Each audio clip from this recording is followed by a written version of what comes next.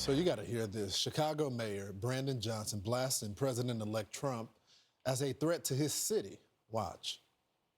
The president-elect, former President Trump, his threat is not just towards new arrivals and undocumented families. His threats are also against black families. We're going to stand up, we're going to protect undocumented individuals. We're going to protect black folks, brown folks, Asian folks. The city of Chicago will be better, stronger, and safer despite who's in the White House. This as Chicago is set to hold a special session tomorrow on the mayor's $300 million tax hike that many fear will fund the city's migrants.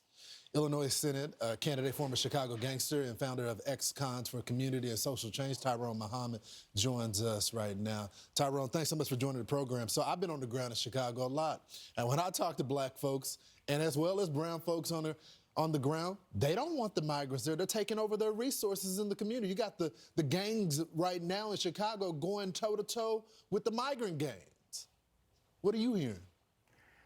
Lawrence, thanks for having me. Look, if he really cared about black families, the day the mayor thought about giving resources to non-citizens, illegals, before he gave it to black communities that have been suffering for decades, then he would be more true to his word about black families. That's just an scapegoat, using black people and black families as an scapegoat or a tool for his dirty practices and immigration. Furthermore, Lawrence, the Americans have spoken. The American people have spoken. Black people have spoken. All across Chicago and all across America has spoken and given President Donald Trump a mandate to remove illegals out of our communities because we didn't ask for them.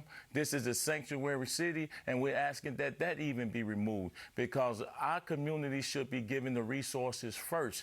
So we are with Tom Homan. Whenever he calls us here in Chicago, we're going to be on the ground with him to remove these illegals and these migrants and identifying where they are because they have greatly diminished our way of life here in Chicago. Yeah, they shut down schools in Chicago, community centers in Chicago because they said they didn't have any funding. But suddenly they found over $500 million to fund the illegals in Chicago. It was a slap into black residents. It was a slap in their face, Tyrone. Thanks so much for giving us some time this morning. You're welcome. So we're monitoring the former president as he may be heading to the airport to go to Washington to meet with Joe Biden for the first time. We'll have more Fox and Friends in just moments.